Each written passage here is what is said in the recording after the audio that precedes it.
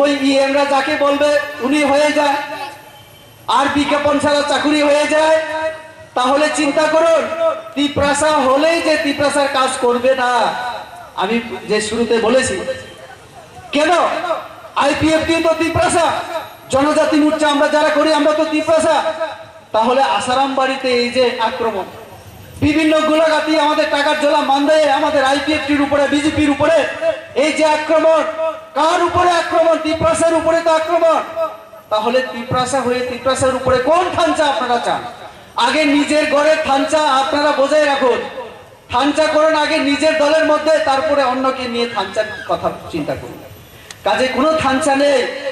এই আমাদের এখন প্রদ্যুৎ বাবু, কয়েকদিন আগে আমি দেখলাম লন্ডনে, আমাদের ব্রিটেন, লন্ডন, আপনারা জানেন ব্রিটিশরা আমাদেরকে 200 বছর শাসন করেছিল। তারা সব সময় এমন মানুষকেই নিয়ে যায়, নিয়ে গিয়ে কি করে তাদের মুখ থেকে কোনো ভারত বিরোধী কথাবার্তা নিয়ে বের করা যায়। এর আগে বিজয় রাঙ্খল বাবু কি করেছিলেন, জেনেভা ভাষণ, মানে সিপিএম ওটাকে কাজে লাগিয়ে কিন্তু অনেক ফায়দা তুলেছে। ওই বিজয় বাবুকে নিয়ে গিয়েছিল ভারত বিরোধী কথাবার্তা যাতে উনি বলেন, আর প্রদ্যুৎ বাবুকে নিয়ে গেলেন কোথায়? লন্ডনে। এবং সেখানে গিয়ে তিনি কি করছেন? মাথার ফ্ল্যাগ লাগিয়ে লাগিয়ে নাড়িয়ে ফেসবুকে তিনি প্রচার করছেন। লন্ডনের মানে ব্রিটিশ সরকার, এই ব্রিটিশ সরকার কি গ্রেটার পিপলেন দিতে পারবে? দিতে পারবে আপনাদের মনে হয়? না, কখনোই না। তাহলে ওইখানে ফ্ল্যাগ লাগিয়ে কি লাভ? বরং দিল্লিতে লাগালে নরেন্দ্র মোদী দেখবেন, তো তাও তো নরেন্দ্র মোদীর সঙ্গে যদি চ্যানেল না থাকে লাগাতে দেবে না, দিল্লি পুলিশ অ্যারেস্ট করে নিয়ে যাবে। মঙ্গলদা এখন বলতে পারবেন, সামনে আছেন। আমি বলি একটা কথা, ওই সময় উনিও ছিলেন দিল্লিতে, এই কিছুদিন আগে আইপিএফটি এবং আমাদের সেই মথারা একসঙ্গে গিয়েছিল। সেখানে গাড়ি ধরুন 10টা গাড়ি যাওয়ার কথা, গাড়ি গিয়ে হাজির হলো প্রায় 15টা, প্রায় 5-7টা গাড়িকে নামতেই দেয়নি, আটকে রেখেছিল পুলিশ। এবং মথায় এক জায়গায়, আইপিএফটি এক জায়গায়, খাওয়াও আলাদা, রাখা আলাদা, থাকা আলাদা। তাহলে কিসের থানচা? আমি তো সব আমি মানে সেই দিন 2 দিন পরে আমাদের এই রাজা যাদের বলি আমরা, উনি আমার কোয়ার্টারে গিয়েছিলেন, আমার কোয়ার্টারে গিয়েছিলেন।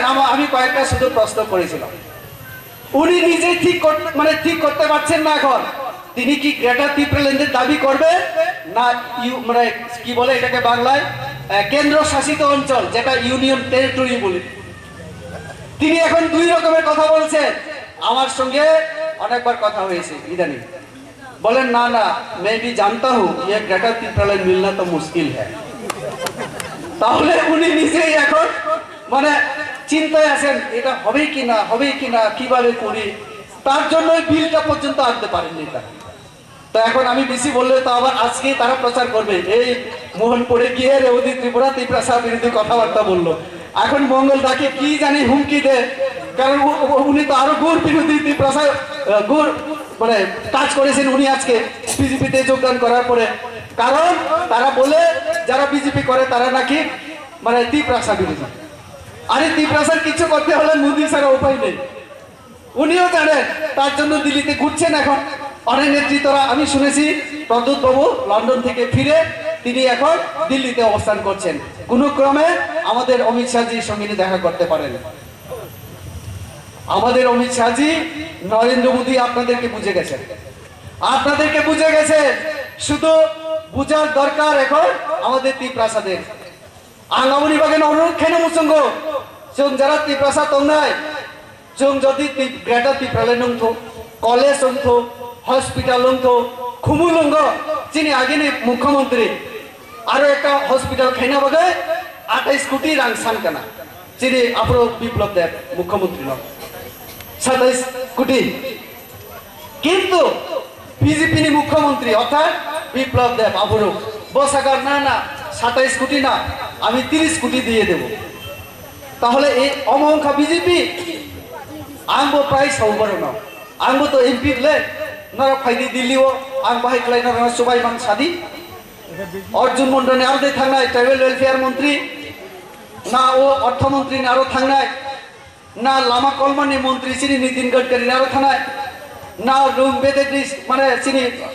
मंत्री आरो थांनाय फाइदि आं थांनाय কিন্তু বড় থাকিয়া ওরা আচুগুই সিমি মোহনপুর লামাও কামি বিসিংহ গ্রেটার লেন মারি নাই সাবরি নাই বাইকে মান নাই বিল ফানো তুমি ভাইছি দি বিল আর রেবতী ত্রিপুরা সৌতি প্রসা বিরোধী আনি তাই 2 বছর তঙ্ক আং পার্লামেন্টও যদি জনগণ লিখাই গে হাই নহাই ওই মানা আবো তা পার্টি ঠিক খেলে তারপরে জনগণ নরক বিল সে পাঠু গিয়ে হিংকে বাহাই খেলে রেবতী ত্রিপুরালে বুদ্রি না হিংপানো রি নাই বুদ্রি না হিংপানো মারিয়া তা আগে নাইসিং সে তঙ্গ দাও আর নাইসিং তঙ্গ তাই 2 বছর তঙ্গ পাঠক দি বিল কিন্তু বড় পাঠক গিয়া ও সিনি বিধানসভা সে সিনি ওরা 2 মন্ত্রী তঙ্গ বড় না পর্যন্ত ফাইয়ে রতন বাবু বা রতনদা হিকে ও দাদা হিকে দাদা বা অমু বাবু হিকে অমু বাবু বড় ভাই ফোন আলোচনা খাইলে আনুষ্ঠানিকভাবে অবশ্যই নুকিয়া হিকে ভাই খেলে মান নাইবা তো কাজে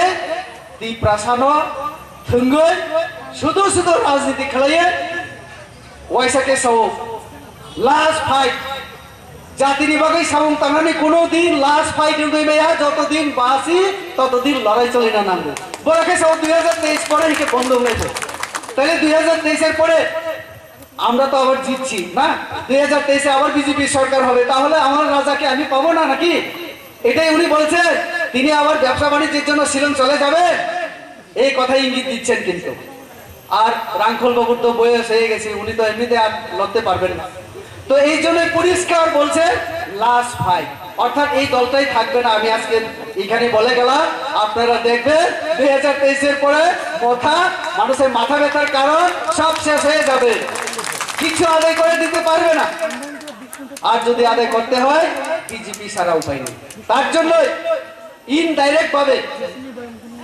ওই বিপ্লবদার মাধ্যমে আগে অমিত শাহর সঙ্গে দেখা করেছেন আমাদের প্রদ্যুৎ বাবু আমি জানি এখন আমার ডক্টর মানিক সাহার সঙ্গে দাদা বলবেন আমার না হলে রতনদা বলবেন না হলে কাউকে বলবেন ওই আমাদের হেমন্ত বিশ্ব শর্মার কাছে যান সবাই গিয়ে বলেন দাদা একবার অমিতজির সঙ্গে দেখা করান না এর থেকে আমি তো দায়িত্ব নিয়ে কথা বলতে পারি যে আমি রেবতী ত্রিপুরাও আমার অমিতজির সঙ্গে দেখা করাতে পারি কারণ আমি ডাইরেক্ট বিজেপিতে আছি কাজে আজকে মঙ্গল বাবু আমি ওনার যে চিন্তাধারাকে আমি স্বাগত এর জন্যই জানাই ওনাকে এই জন্যই ধন্যবাদ দেই যে উনি ডাইরেক্ট আমাদের সঙ্গে কাজ করার জন্য সিদ্ধান্ত নিয়েছেন এবং উনি ঘোষণা দিয়েছেন এই এলাকায় আগামী দিনে আরো হাজারো কার্যকর্তা যোগদান করবেন এবং এমন হলে আগামীতে এখান থেকে একটা পদ্ম ফুল অবশ্যই ফুটবে আপনারা জানেন আমরা যারা হিন্দু ধর্মের মানুষ আমরা পদ্মকে লক্ষ্মী নারায়ণ ইত্যাদির সঙ্গে আমরা একটু তুলনা করি মানে লক্ষ্মী আমাদের নারায়ণের সঙ্গে সবসময় এই পদ্ম থাকে তো আমাদের ত্রিপুরা রাজ্যে পদ্ম এখন লক্ষ্মী নারায়ণ এটা ছাড়া আমাদের উপায় নেই